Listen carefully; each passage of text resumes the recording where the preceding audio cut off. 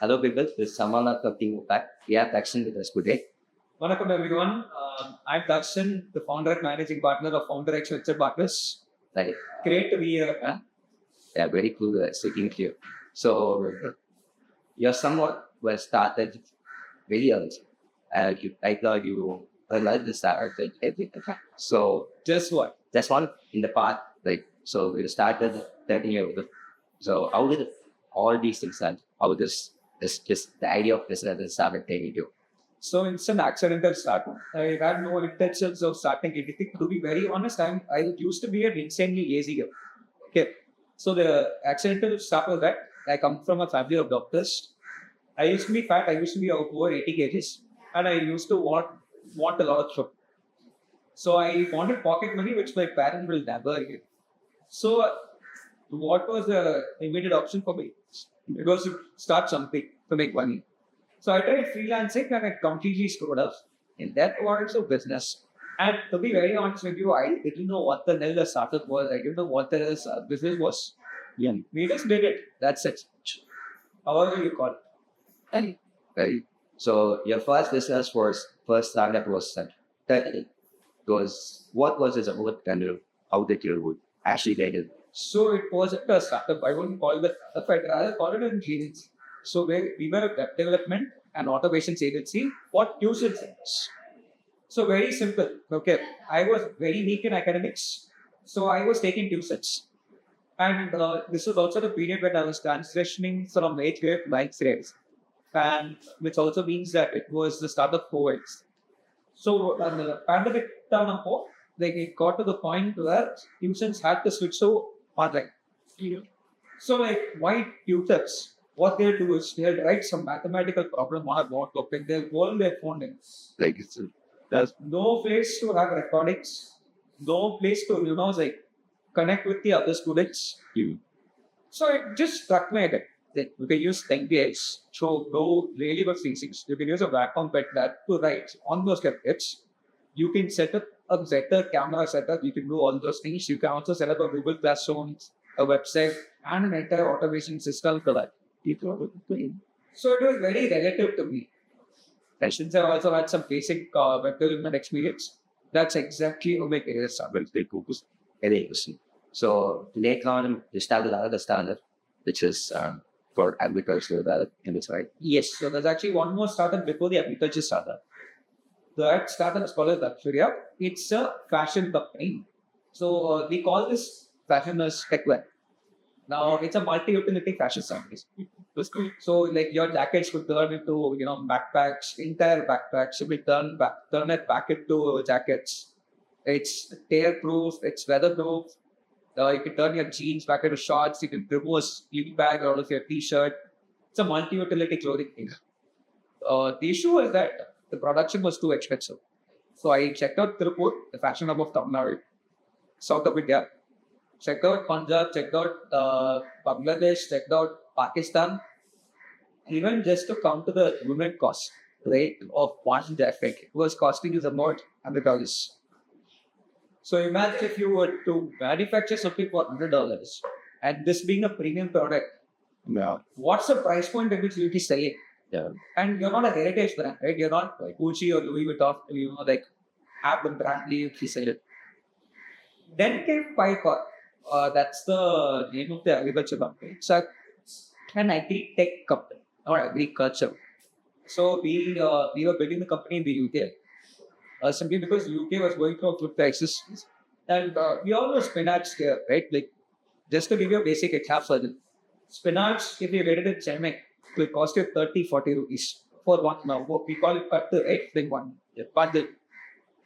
But in the case of UK, it would cost you about 15-16 pounds. Good. So if you look at it from a price point perspective, as well as the market demands, we had a great demand in the UK. We incorporated the company, we started pilots, we designed our products, we started pilots. What happened was like every other founder would have faced co-founder issues. So simply I was the guy who was putting all the money.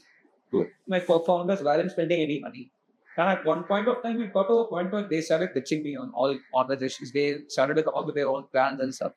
He's not coming trouble. do this. These money that you list coming. Computer technology is so. So after all these things, you are best anything after so many established finally or culture each people are established and just get people voice on gives of connection will not be a good side of signs and opens. That's a fundamental. Don't accept. So, just to let you know, this entire process of building these first three startups, it has given me an insane amount of knowledge that even a Harvard degree that for which I would have had to spend like 1.5 crores, like even I would not get it in Harvard. Right? I've had my success, I've had my falls, I've taken the low clients, I've made money, lost money, I've been defamed. Like you can go to LinkedIn, you might find some more posts of what people trash, shit talking about needs. So this has given me an insane amount of experience, and I'm super grateful for it. Coming to FounderX, coming to the coaching part. So my experience goes back to helping out some friends. Right. So like I advised a few friends to avoid some mistakes, and fortunately for them, it worked out. And it goes to the fact that a lot of early stage startups they tend to make a lot of mistakes, especially when you're a first time founder, because you don't know. That's how I was. That's how every single founder was in their first stage. So I just helped startups avoid their early stage mistakes. Mm-hmm. Coming to FounderX, again, an interesting thing. Open knows it. FounderX actually was created because of CIT. Okay. So I came here last year for the seed start here as a one of the jury. So I met two guys there, Balaji and Arvind maybe. And they pitched their product. So So after that, I was going to Pondicherry. Few months after that, I was going to Pondicherry because Chennai was starting right. So I was going to Pondicherry and I just put up a status escaping Chennai floods going to parking bush. This boy replied to me, Arvind replied, he told let's catch up. Then we caught up at this beach in Ponty. We had a small chat and I asked him how was the startup ecosystem here, there. And he goes, okay, that's no startup ecosystem here. This is just a place for partying and drinking. The very next day, I was to a tiny meetup. From there, we go to like what's team meetup size, cities, over 500 founders, investors, mentors, enablers, and whatnot with the dog community. So all thanks to CIT. like talk to about that FounderX. How does the bad there like I had dreams. What be that? Well, I didn't validate. Again, an accidental start. And is not meant to be a startup. FounderX is not a startup, just we get it all. also FounderX is a full speed vector studio at the beginning. What started out as a casual meetup at a WhatsApp group is now a full scale community. And just in a small bit of time, they in either few months, 2 or 3 months, FounderX is going to be a full stack just good. like me. So talking main patterns of in a styles and also the ecosystem of stuff. You should have this anchor. Which is good stuff. What's good start right on? What you think is the start? A good startup is you can't define a startup. Let me tell you though. A startup, the definition of a startup is that it's a temporary organization looking for a repeatable and scalable business model. Very disruptive. So we're talking about an organization, a bunch of people crazy. Just And just to let you know, any good startup is nothing but this definition. Okay? When I see people coming with full formed ideas, yes, I know I can do it, this and that. That's how I came, right? That's how every single founder came at their vicious circles. But eventually we fail you go. because we don't act like a startup. We are not searching for, we're not in the trial and error process.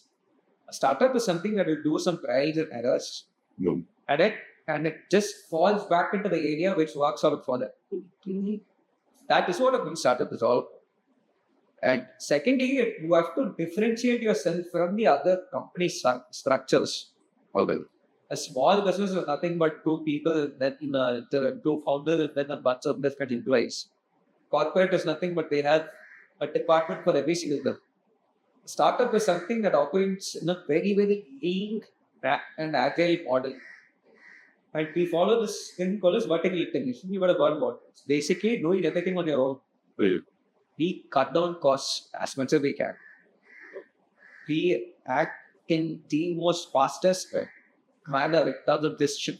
That's what a good startup is all about. So taking up right age, I think that's solution.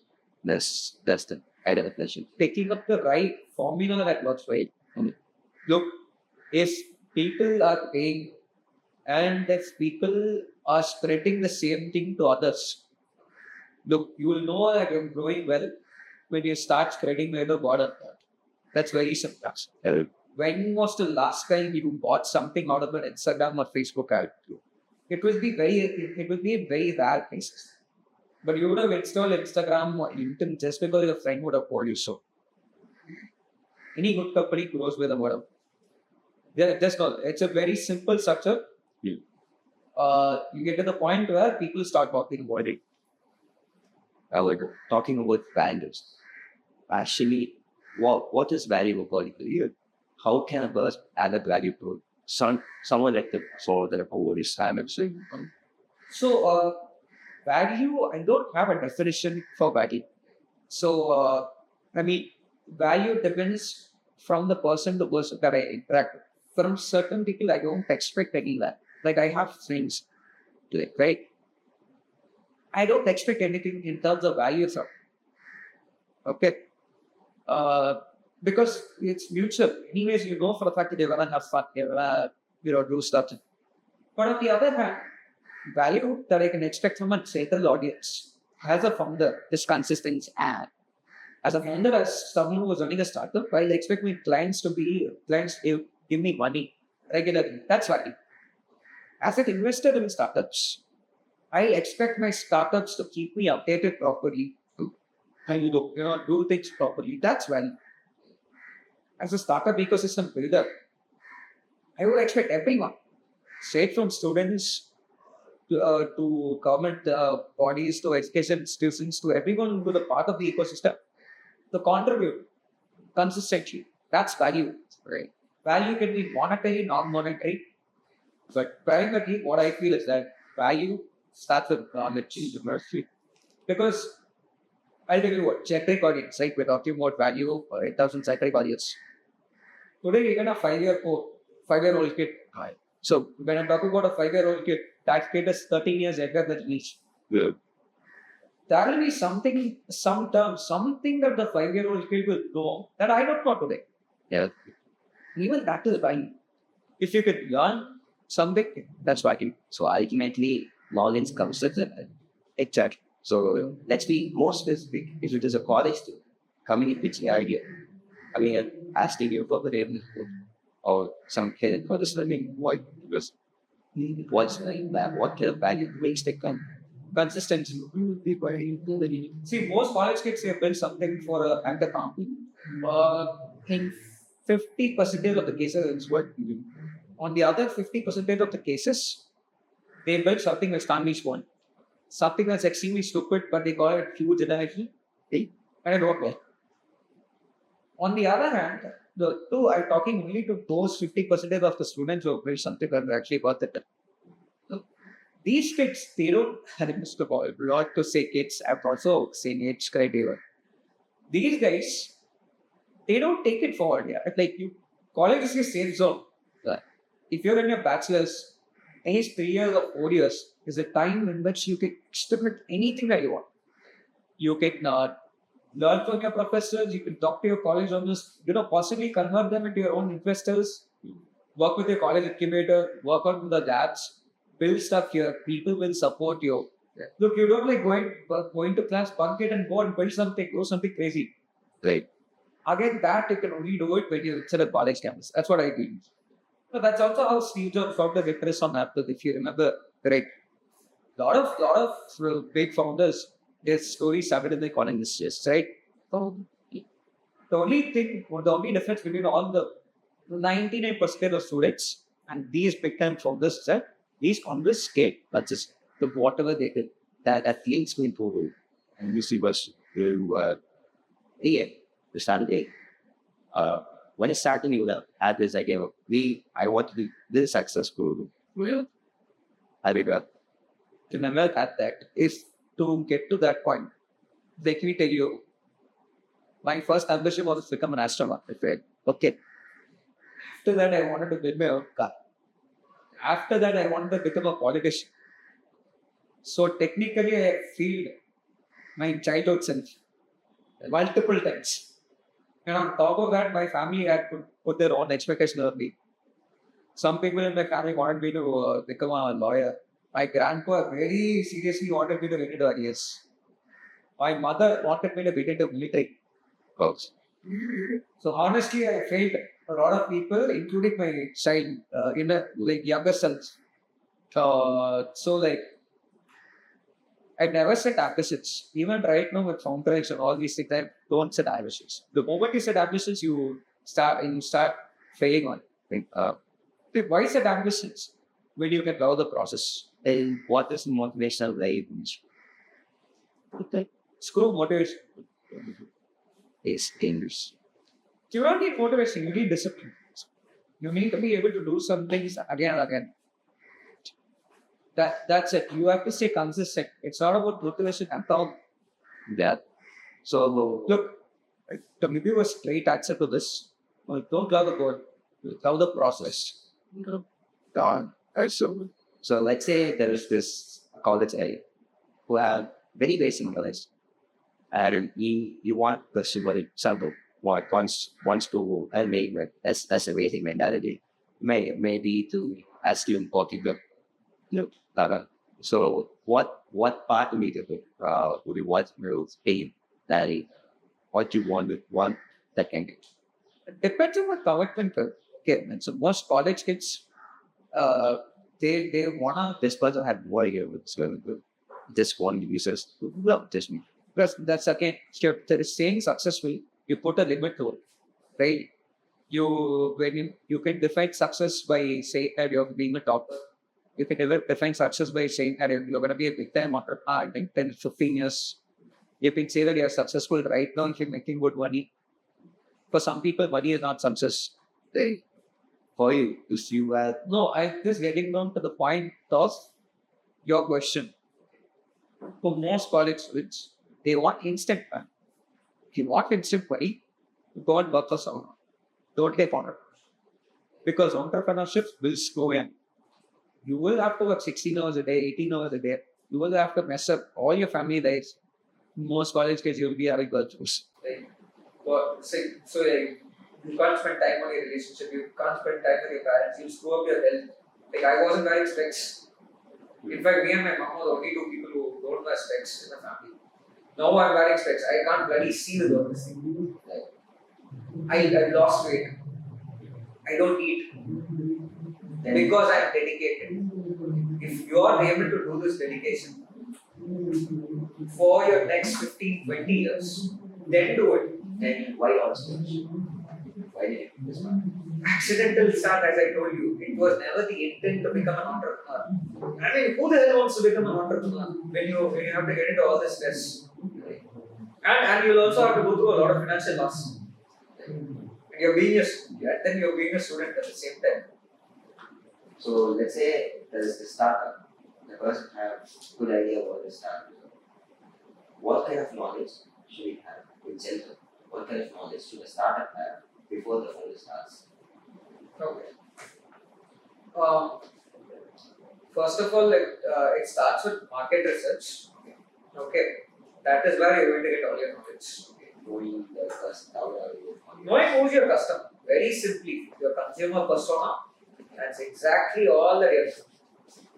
Like, what are their habits, what's their gender, what's their age group, what's their income bracket, where do they come from, what problems do they face, what solutions do they expect, what can you deliver on top of the solution, how much would they pay for such a solution, what makes them notice something. You got to know all these things. This is market research. Once you know all these things, all these things, the other things will fall into place. But if you ask me in terms of skills, then I would say please learn how to read a balance sheet, P&L sheet, basic financials, because if most founders are engineers, they have technical experience, but they have no clue about finance. Learn finance. At least you should be able to read financial models. Not able to make, if you're not able to make something out of your own, that's fine. But at least you should be able to understand the basics. So you are these And learn sales. Okay. That was a passion question. We come to that question.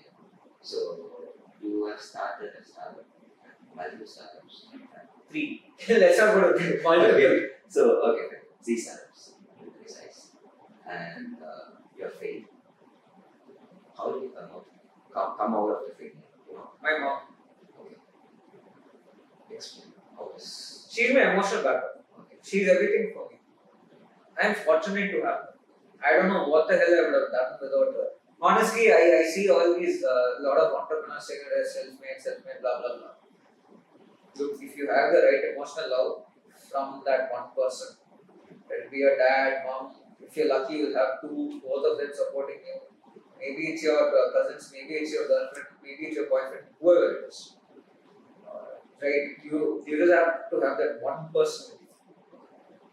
For in my case, the whole ideology of co-founder, it never got.